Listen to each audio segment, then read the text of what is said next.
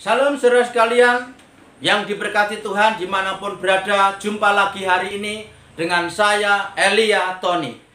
Satu testimoni baru yang akan saya bagikan hari ini, yaitu sembuh dari retak tulang. Haleluya. Jadi ketika saya masih tinggal di Jakarta, yaitu di Pasar Minggu di Jakarta Selatan, peristiwa ini terjadi di tahun 2010. Suatu hari saya berangkat bekerja untuk menjemput istri saya pulang dari pekerjaan. Saya bergegas untuk menyiapkan motor untuk berangkat. Maka saya mendengar suara Tuhan, pakai minyak. Tetapi saya menjawab, nanti saja Tuhan, ini buru-buru, waktunya sudah terlambat.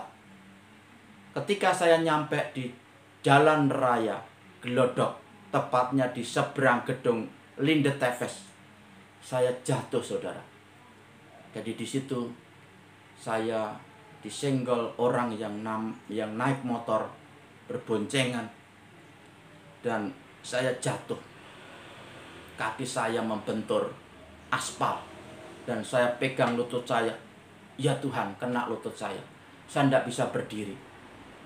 Saya mengalami kondisi yang sakit, lutut saya kebentur, saya menjamah, kena lutut saya.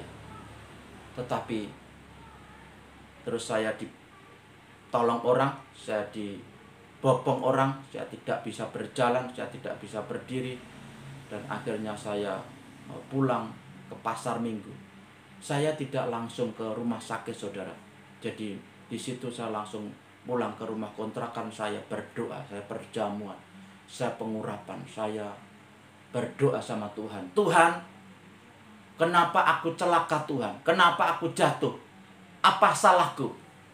Tuhan memberikan mimpi, saya melihat wajah istri saya. Tetapi saya tidak mengerti ketika itu. Saya simpan dalam hati.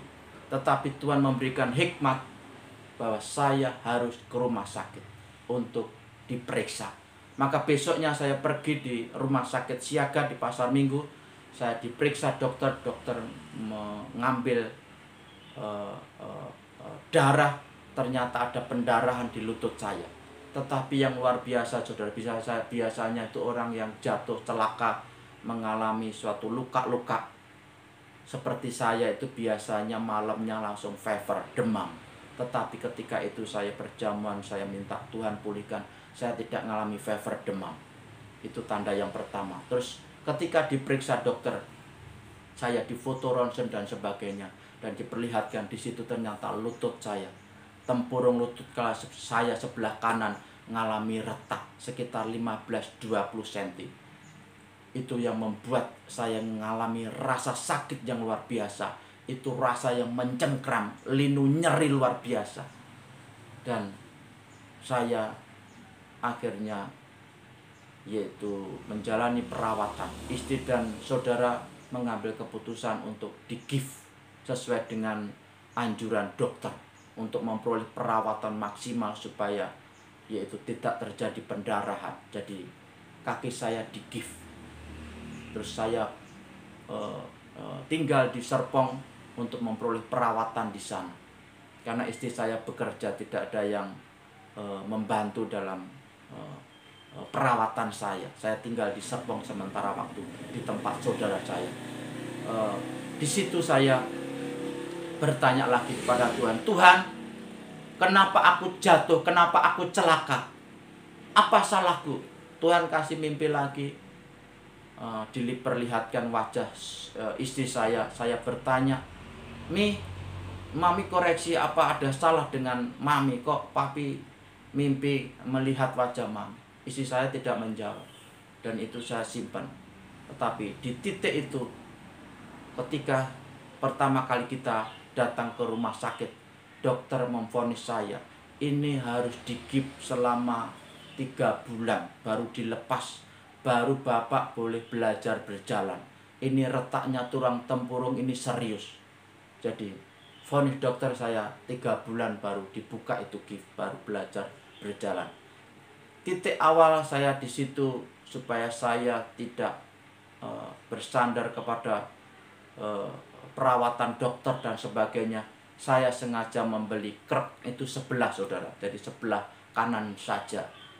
Saya mengambil keputusan itu membeli satu buah supaya saya bersandar kepada iman saya kepada Tuhan. Di situ saya mulai berdoa, Tuhan, aku tidak mau jadi pesakitan, aku tidak mau berdiam diri di tempat ini, tidak dapat beraktivitas, tidak dapat bekerja, tidak, apalagi saya tidak bisa beribadah di gereja-Mu Tuhan. Maka Tuhan tolong aku, pulihkan aku tidak mau nunggu 3 bulan. Tuhan memberikan hikmat, saya kembali ke rumah sakit siaga, saya minta gift saya itu dilepas. Tetapi dokter menolak, dokter memberikan penjelasan, nanti konsekuensinya begini Pak, bisa cacat, bisa pendarahan lagi dan sebagainya. Tetapi saya kekeh. Akhirnya dokter memberikan warning, Bapak sendiri yang tanggung jawab kalau ada apa-apa terjadi. Iya Pak, saya yang ambil keputusan ini, saya yang yaitu bertanggung jawab nanti kalau ada apa-apa. Akhirnya saya minta itu dipotong, saudara, supaya saya bisa mengurapi.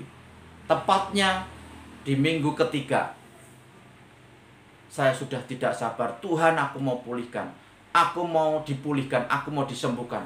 Suatu saat saya berjamuan, saya urapi kaki ini. Saya menteriakkan, dalam nama Tuhan Yesus, Tuhan, Engkau kuduskan kakiku seperti kaki Kristus yang kudus. Setiap luka Tuhan balut dengan darah-Mu, Tuhan sembuhkan oleh bilur-bilur-Mu, Tuhan satukan kembali, Tuhan hilangkan, tahirkan rasa sakit nyeri, sembuh dalam nama Yesus. Saya bangkit berdiri. Oh Tuhan yang keren. Sakit saudara, sakitnya luar biasa. Tetapi saya tidak menyerah. Saya berdoa lagi, berdoa yang sama, tetapi saya lebih kencang doanya. Saya lebih mendikir janji-janji Tuhan, lebih panjang lagi. Dan saya berdiri dan masih sakit Tuhan. Tetapi itu tidak membuat saya yaitu pantang menyerah. Saya berdoa lagi, Tuhan, aku percaya janji-Mu. Kau tidak mempermalukan aku Tuhan. Aku ingin bergereja. Tuhan, aku rindu. Saya ingin menyembah. Aku ingin cari kebenaran. Tuhan, pulihkan sekarang. Aku mau Tuhan, Kau jamah hari ini. Tuhan, aku percaya. Aku mau hari ini Tuhan. Aku mau datang gereja tanpa krek. Enggak mau Tuhan. Malu Tuhan. Anak Tuhan datang ke gereja pakai krek. Hamba malu.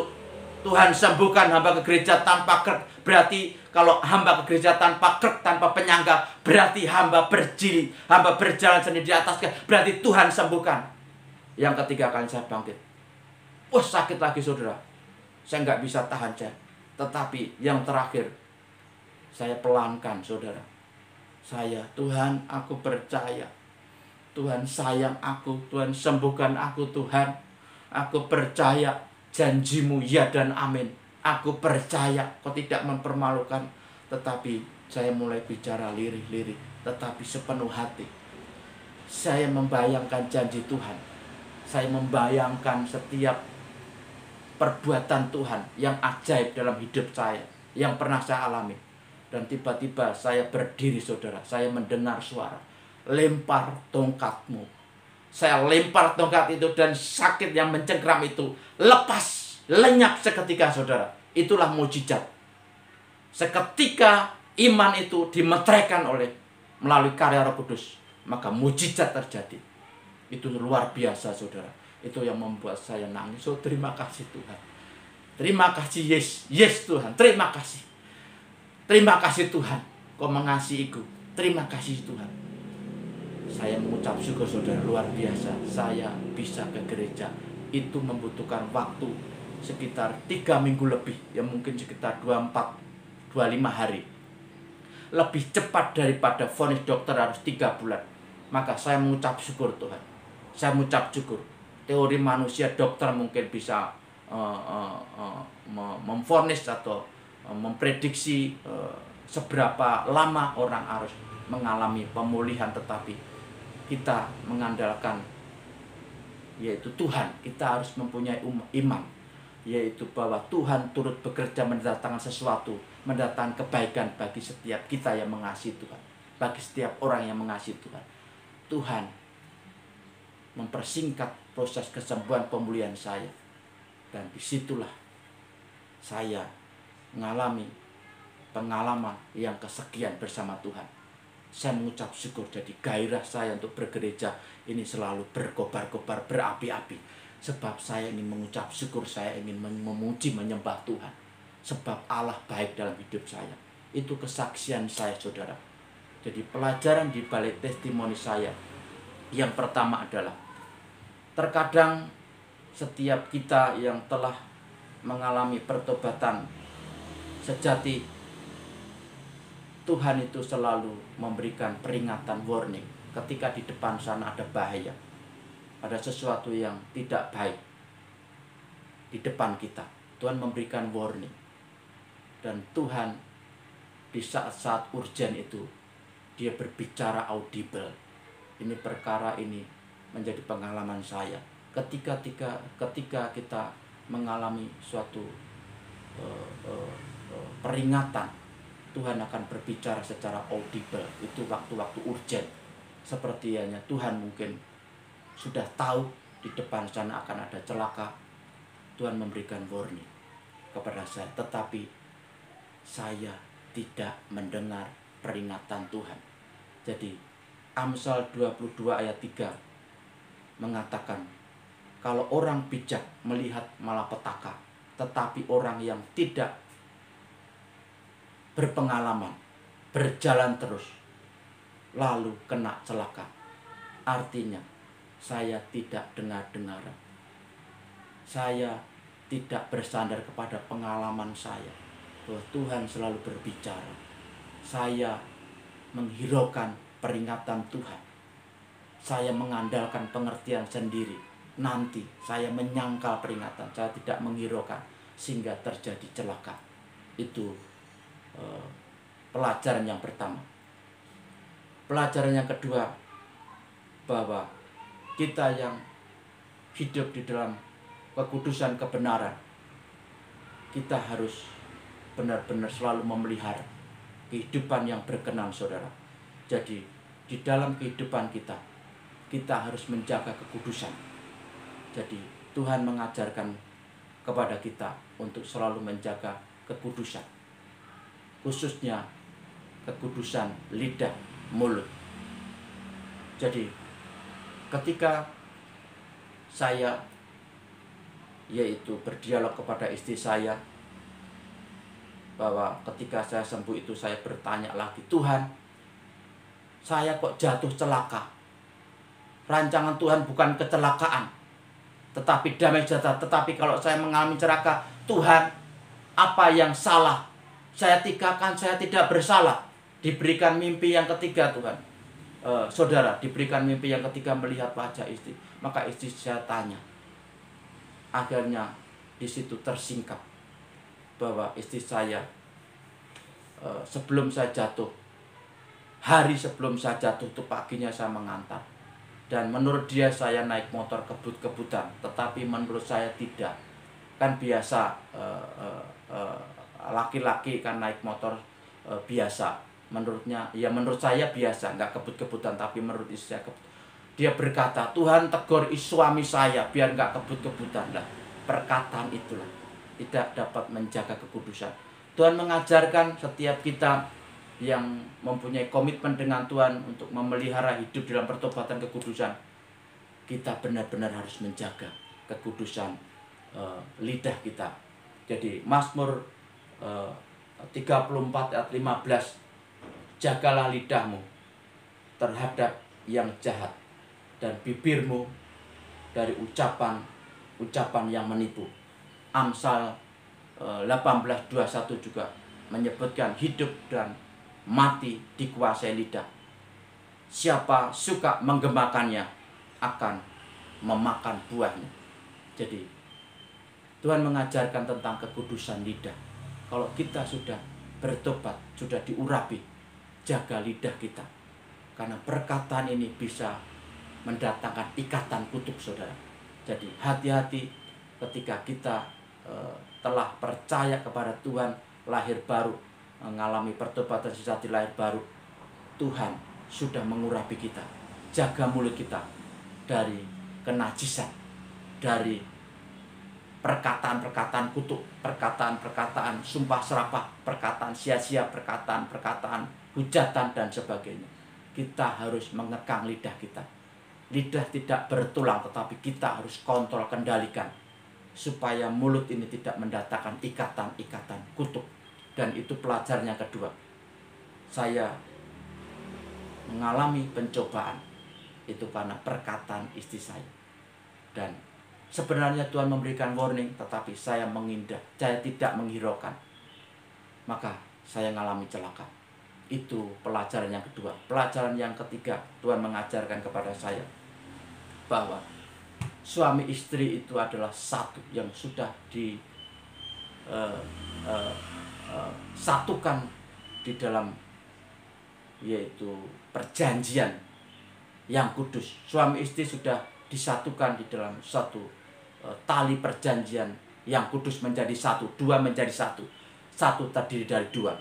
Maka apa yang terjadi kepada istri, maksudnya apa yang dilakukan istri mengikat suami, apa yang dilakukan suami mengikat istri. Artinya begini, jadi kalau suami mengalami sakit penyakit, itu tidak mutlak sumbernya adalah dosanya, sumbernya adalah dosa dari suaminya, belum tentu. Dan sebaliknya, kalau istri mengalami sakit, mengalami ujian, tidak mutlak itu sumbernya dosanya istrinya, bisa sebaliknya. Maka Tuhan mengajarkan bahwa apa yang terjadi kepada istri mengikat suami, suami mengikat istri. Kalau istri dicoba, istri mengalami sakit, juga suami juga menanggung bebannya, suami juga menderita. Begitu pula sebaliknya, suami mengalami teguran, mengalami sakit, penyakit, masalah, istri juga turut menderita, turut menanggung segala beban. Maka suami istri itu adalah satu. Jadi hati-hati agar setiap kehidupan kita, suami istri, para suami istri, agar bijaksana. Bahwa setiap kehidupan kita harus benar-benar, yaitu mengerti tentang pengajaran ini. Dan Tuhan mengajarkan di sini tentang keintiman. Jadi ketika yaitu saya suatu ketika yaitu bertanya Tuhan ketiga kali, Tuhan memberikan yaitu mimpi yang sama, melihat wajah istri saya. Dan suatu saat ada satu peristiwa, istri saya pulang kerja, ya muntah-muntah. Saya tanya, dia tiduran di kasur, di kamar. Saya tanya, "Mi kenapa? Sakit muntah-muntah." "Emang kenapa? Kamu makan apa?" "Seafood." Istri saya keracunan seafood, saudara. Jadi intinya setelah di situ saya melayani istri saya berdoa, saya berjamuan, saya tumpang tangan mengurapi. Dan ketika ia mengalami pemulihan, saya tanya, "Mami coba cerita." Mami ngomong, terbuka sama papi. Tapi sebenarnya saudara, dari hari pertama saya bertanya, "Tuhan, saya jatuh, kenapa Tuhan?" Ternyata itu dari istri saya. Dan istri saya ternyata Tuhan ngomong kepada istri saya, "Kamu minta maaf sama suamimu." Tapi istri saya menjawab, Tuhan, saya nggak mau gengsi Tuhan. Saya minta maaf." Itu sekali. 2 kali istri saya juga dikasih tahu lagi, "Kamu minta maaf sama suami." "Tidak Tuhan, malu gengsi Tuhan." Yang ketiga kali Tuhan menegur istri saya. Tuhan berdaulat, mengizinkan istri saya mengalami keracunan. Dan di situ saya mengadakan konseling, saya tanya dan sebagainya. Akhirnya istri saya minta maaf, "Pi, maafin ya. Sebelum papi jatuh, mami doa begini, Tuhan tegur suami saya." Akhirnya di situ Tuhan mengajar bahwa di dalam kehidupan kita, hubungan suami istri ini harus memiliki kasih mula-mula. Artinya setiap kehidupan kita, suami istri, para suami istri harus terbuka. Jadi Tuhan mengajarkan bahwa setiap kehidupan kita, cermin kita intim dengan Allah. Keintiman kita dengan Allah itu sesungguhnya tercermin dari hubungan suami istri. Nah, hubungan suami istri itu adalah terjalin, itu penuh dengan keterbukaan. Tidak ada yang ditutup-tutupi. Jadi kalau ada perkara suami istri, tidak boleh ditutup-tutupin. Seperti hanya kepada Tuhan. Jangan pernah menutup-tutupi masalah di hadapan Tuhan. Maka fenomena akhir zaman, Tuhan sudah menyatakan banyak keluarga-keluarga tidak memiliki kasih mula-mula. Hubungannya hambar. Suami menyembunyikan perkara, istri menyembunyikan perkara. Maka disinilah celah iblis untuk merusakkan, menghancurkan keluarga-keluarga yang tidak memiliki keintiman. Bangun keintiman. Suami istri, para suami istri, bangun keintiman. Selalu terbuka kepada pasangan kita. Selalu bercerita. Karena suami istri adalah satu. Tidak boleh suami istri itu hidup berbeda-beda. Hidup mempunyai prinsip sendiri.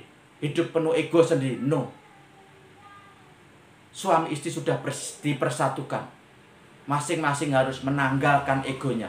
Harus menanggalkan kesukaannya. Demi untuk saling membangun. Saling mengasihi. Jangan biarkan roh pencideraan. Roh konfrontasi. Yaitu roh yang akan menghancurkan hubungan suami istri. Maka itu cerminan. Hubungan kita dengan Allah itu baik atau tidak, itu tercermin dari hubungan suami istri. Nah, melalui testimoni ini Tuhan mengajar kita supaya kita yaitu menjaga suatu hubungan keintiman suami istri seperti kita intim dengan Bapa. Di akhir zaman banyak fenomena para pasangan yang menyakiti pasangannya, melupakan begitu saja, tidak pernah meminta maaf, tidak pernah menghargai, tidak pernah mengasihi. Seperti itu juga banyak fenomena anak-anak Tuhan sudah melukai hati Tuhan, menyakiti hati Tuhan, tetapi tidak pernah berdamai, tidak pernah minta ampun. Besoknya beribadah lagi, besoknya berdoa lagi. Dia pikir bersekutu dengan siapa gitu. Jadi Tuhan mau mengajarkan bahwa keintiman kita dengan Tuhan harus tercermin dari keintiman suami istri. Maka bebaskan, tanggalkan segala kepalsuan, kemunafikan. Bahwa setiap kehidupan kita belajar untuk selalu memiliki hubungan yang intim. Supaya keluarga itu tidak ada suatu celah untuk iblis menyerang kehidupan kita. Dan yang berikutnya Tuhan mengajar melalui peristiwa ini. Kalau kita mengalami pahit, kita mengalami celaka, sakit penyakit, jangan cari pembenaran, saudara. Jadi ketika itu saya selalu tertib berlalu lintas. Kalau saya mau salib, saya selalu send. Saya selalu kasih warning, saya mau masuk. Saya selalu disiplin. Tetapi di situ saya melihat kira-kira 100 meter di belakang saya ada motor itu. Boncengan. Itu pemuda-pemudi pacaran, boncengan. Jarak sekitar 100 meter. Dia rupanya jalan kencang. Tapi saya sudah send kanan. Saya sudah masuk, saya nyelip mobil. Tetapi dia nggak mau ngalah. Dia nyelip lebih kencang, saudara. Akhirnya di depan tidak ada space. Dia mau diserempet mobil box, tetapi dia menghindar. Dia membanting otomatis ke kiri. Dan tas pacarnya itu, tas kerja pacarnya, itu masuk ke setang saya. Dan setang saya mbabit, saya jatuh. Disitulah. Pertama-tama saya melihat itu, saya marah, saudara. Saya emosi, saya memuncak. Saya memegang helm, saya mau menghantam itu kepalanya. Saya sudah benar orang ini kok naik motor sembarangan. Tetapi Roh Kudus mengendalikan saya. Saya melihat ke atas, ke langit. Semua terjadi atas saya, atas kedaulatan Tuhan. Maka saya, ada Roh Kudus yang mengendalikan saya. Sehingga saya tidak berbuat, saya tidak mencari pembenaran. Itu yang terjadi di luar. Kalau ada eksiden kecelakaan, pasti masing-masing mencari argumen pembenaran. Bapak yang salah, posisinya di situ. Bapak yang salah, seperti itu. Di dalam kita ngalami yang pahit, ngalami masalah persoalan, jangan cari pembenaran. Jangan menyalahkan kanan kiri, jangan menyalahkan pasangan. Kita tidak mau tahu, kita tidak ngerti. Jangan bersandar pada pengertian sendiri. Bersandarlah kepada Tuhan, tanya Tuhan. Maka Tuhan memberikan pengertian melalui mimpi istri saya mengeluarkan perkataan yang tidak kudus. Itu terjadi. Walaupun Tuhan sudah memberikan warning, saya tidak menghiraukan peringatan Tuhan. Maka saya ngalami. Dan Tuhan mengajarkan kepada saya, kalau di dalam kehidupan kita mengalami persoalan, jangan mencari pembenaran saudara. Saudara harus rendah hati, jangan bersandar kepada pengertian. Cari Tuhan, minta hikmat Tuhan. Kenapa saya mengalami ini? Di situ ada pelajaran hikmat. Dan hikmat pelajaran yang saya temukan adalah Tuhan mengajar saya bahwa di balik kecelakaan itu, di balik sakit saya, lutut saya, tempurung itu retak, Tuhan mengajar secara pribadi bahwa di situ ada urapan kesembuhan, saudara. Saya akan bacakan satu ayat. Yakobus 5 ayat 14. Kalau ada seorang di antara kamu yang sakit, baiklah yang memanggil para penatua jemaat supaya mereka mendoakan dia serta mengolesnya dengan minyak dalam nama Tuhan. Jadi di balik sakit saya, lutut mengalami retak karena jatuh. Di balik pencobaan ada berkat pengajaran. Tuhan mengajarkan saya ada kuasa di balik pengurapan. Maka itu saya alami, saya urapin. Jadi Tuhan memberikan yaitu pelajaran, berkat pelajaran, ada kuasa di balik pengurapan. Dan itu yang saya alami. Dan satu ayat lagi, ayat 15, ayat 16. Yakobus 5 ayat 14. Ayat 15. Dan doa yang lahir dari iman akan menyelamatkan orang sakit itu, dan Tuhan akan membangunkan dia, dan jika ia telah berbuat dosa, maka dosanya itu akan diampuni. Ayat 16. Karena itu hendaklah kamu saling mengaku dosamu dan saling mendoakan supaya kamu sembuh. Doa orang yang benar bila dengan yakin didoakan sangat besar kuasanya. Doa orang benar bila dengan yakin didoakan besar kuasanya. Tuhan mengajarkan ada kuasa doa yang dianugerahkan kepada orang-orang benar. Artinya Tuhan menyertai lidah orang-orang benar. Maka Tuhan mengajarkan orang-orang benar dianugerahkan lidah, disertai Tuhan lidahnya, sehingga dianugerahkan kuasa doa. Maka setiap syafaat doa-doanya ada kuasa, ada tanda-tanda yang terjadi. Maka sembuhlah sakitmu, sembuhlah sakitku. Maka itulah anugerah Tuhan. Tuhan mengajar tentang kuasa doa yang dianugerahkan bagi orang-orang benar. Ini menjadi suatu rema dasar iman saya untuk selalu mendeklar ini. Jadilah orang-orang yang benar, yang selalu merendahkan diri, selalu bersandar kepada hikmat Tuhan, selalu menjadi pelaku firman. Tuhan akan membaharui kita. Kita harus selalu dibersihkan hati kita oleh firman. Kita selalu menerima pengudusan, pengurapan selalu, seperti kita selalu menerima urapan. Dan Tuhan memberikan otoritas kuasa di atas doa-doa kita. Doa-doa kita disertai Tuhan. Lidah seorang murid, lidah yang disertai Tuhan. Maka perkataan doa-doa kita ada kuasa. Artinya ada tanda-tanda yang terjadi di dalam setiap meterai-meterai yang kita perkatakan. Amin. Bapa Surgawi, hamba berdoa melalui testimoni ini Tuhan, Kau mengajar setiap kehidupan anak-anak-Mu bahwa Tuhan selalu memberikan warning, peringatan ketika ada bahaya, ada sesuatu yang tidak baik di depan sana. Sebab Allah Maha Tahu. Allah selalu memberikan peringatan, warning. Maka Tuhan ajar kami memiliki kepekaan. Kepekaan itu kami mulai bersandar kepada pengalaman kami, agar setiap kehidupan kami selalu dengar-dengaran suara Tuhan. Karena Tuhan selalu berbicara, yaitu di waktu-waktu yang urgent, di waktu-waktu yang mendesak. Tuhan akan berbicara secara audible.